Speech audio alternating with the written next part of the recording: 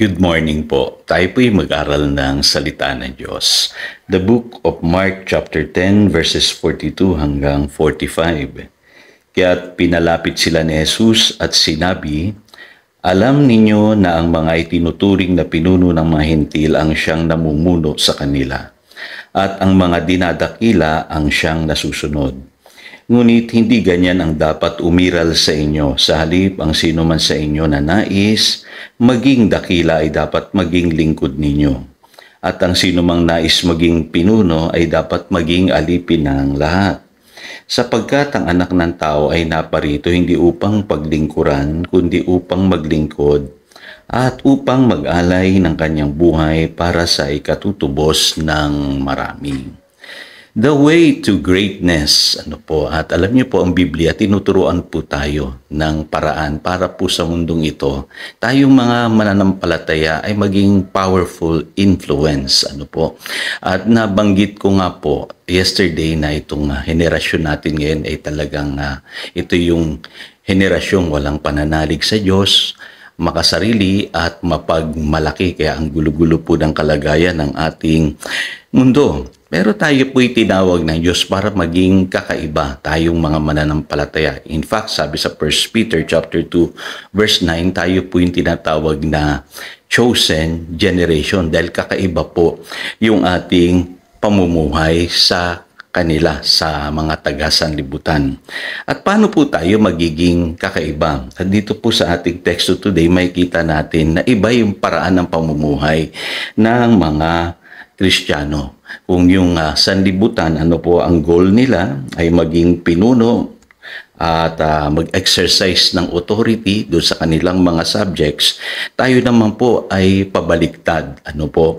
Ang goal po natin sa buhay na ito ay maging servant. So sasabihin ng iba, "Pastor, ang hirap yan. We will go against the flow."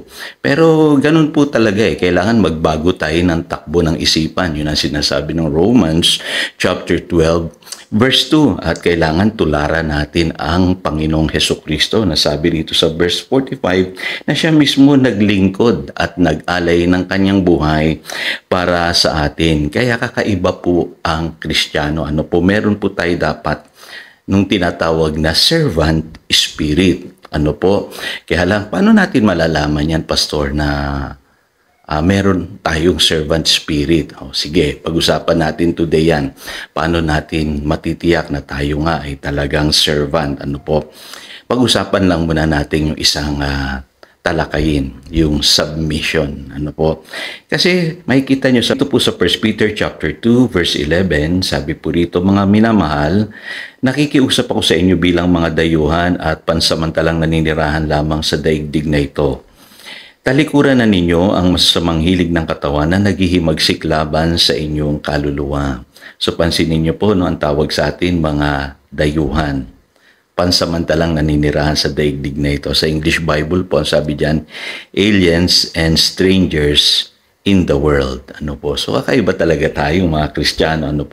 Sabi rito sa verse 12, "Mamuhay kayo ng maayos sa gitna ng mga Hentil, upang kahit na pinaparatangan nila kayo ng masama, kapag nakita nila ang inyong mabubuting gawa, ay magpupuri sila sa Diyos sa araw ng kanyang paghuhukom." So ano po yung klaseng pamumuhay na nais pong tukuyin dito ni Peter?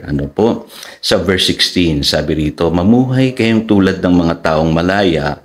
Huwag ninyong gawing panakip sa paggawa ng masama ang kalayaang ito. Subalit mamuhay kayo bilang mga alipin ng Diyos." Yun naman pala.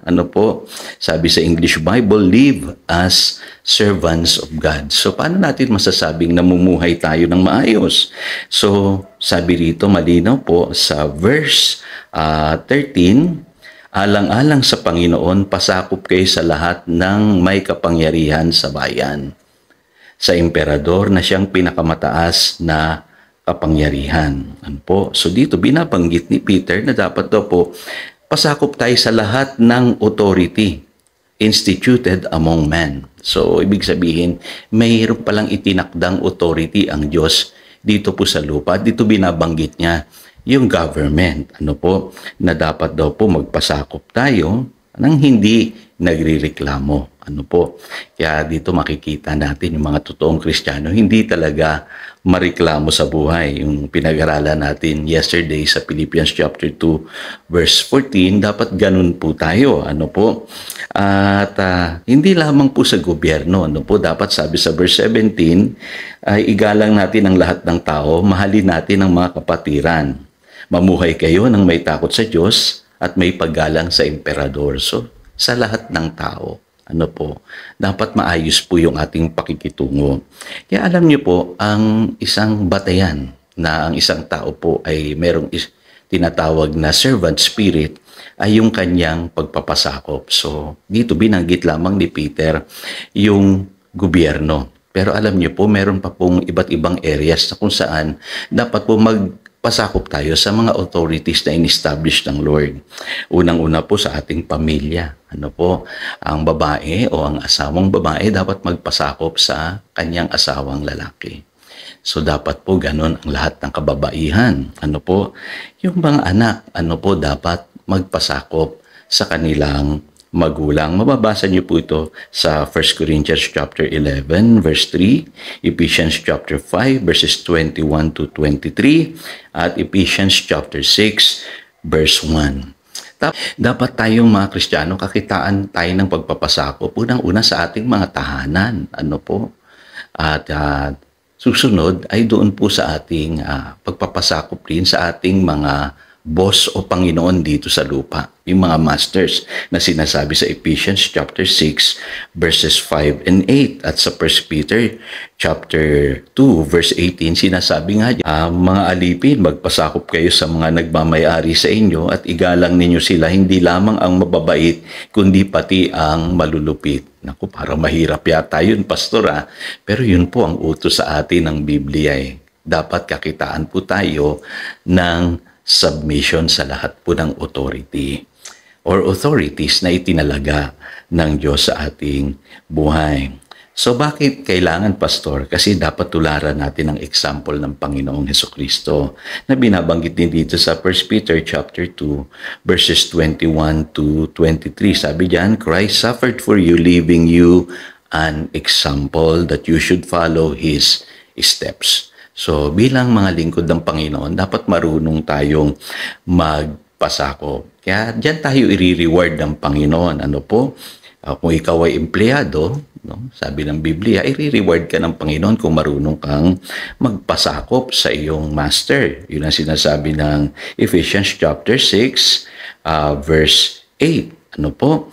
At ganun din naman kung ikaw ay anak, pag marunong kang magpasakop sa iyong magulang, pansinin nyo, nagiging maganda ang iyong buhay. At hindi lamang yan, humahaba raw ang buhay ng isang anak na nagpapasakop sa kanyang magulang.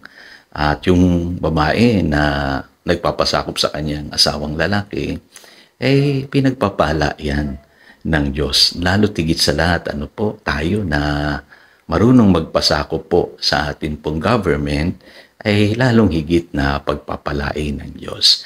Kaya pansinin nyo, isang sign pa lang po pinag-uusapan natin, submission, para matiyak natin na meron tayong servant spirit. So, sa tingin mo kapatid, pasado ka ba? So again, ito si Pastor Jojo nagpapaalala upang daluyan tayo ng pagpapala, manatili tayo sa kanyang salita. Good morning!